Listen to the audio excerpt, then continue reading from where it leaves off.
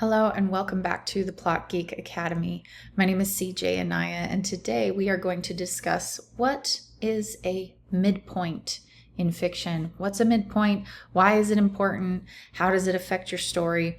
So the midpoint is a pivotal moment about halfway through your story where something significant happens that shifts the stakes and the direction of the plot. It's going to change the characters' perspectives and their goals and the way that they are approaching the conflict and how they are solving it. Many times this is where the character will become more active rather than reactive until the midpoint. Usually there's kind of reacting to circumstances depending on what type of story structure you're utilizing. So the protagonist may realize a truth that forces them to change tactics, or they might encounter a major obstacle that puts their mission in jeopardy.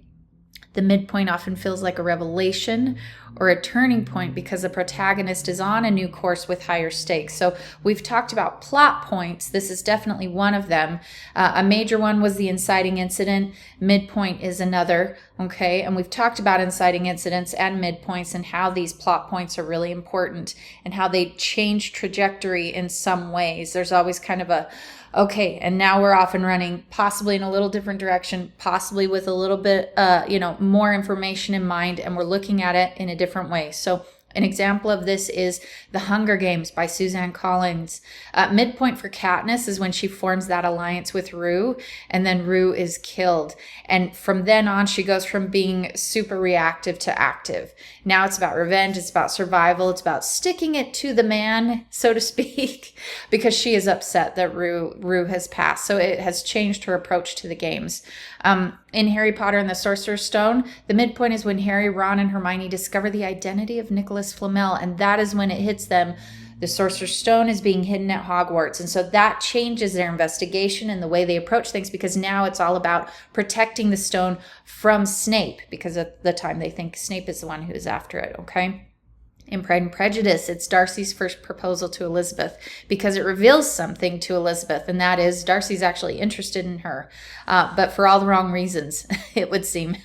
And this event reveals his true feelings, and the rejection that Elizabeth delivers forces him to look at things differently. It forces her to look at things differently, and they become much more aware of each other, their own flaws, their own problems, and then they move towards a resolution in a different way. Okay. So you see how that midpoint it's always a turning point in some form or another. Okay.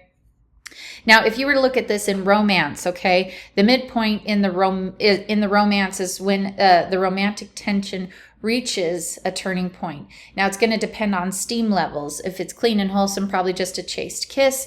If it's sweet, it might get a little bit steamier. If it's steamy, it might be a full-blown sex scene. It's a significant emotional change, and it's your two love interests coming together. Multiple times it ends up being a false high because they're going to run into conflicts later on and then they're going to have to solve those together with the added emotional level of that romantic relationship being in jeopardy. Okay. So just for an example of this is The Hating Game by Sally Thorne. The midpoint there is Lucy and Joshua. It's a kiss for the first time in the elevator after a day of really emotional, horrific tension. Well, not horrific tension, but it's tense and it's delicious. And the moment changes that dynamic between them. So this physical and emotional connection is intensifying their relationship. It sets that stage for deeper conflict. Now, if you were to have a midpoint in, for example, a mystery, that's a crucial moment where like a key revelation or a twist or a development changes the direction of the investigation. Because remember, these plot points help your protagonist course correct and change direction just a little bit.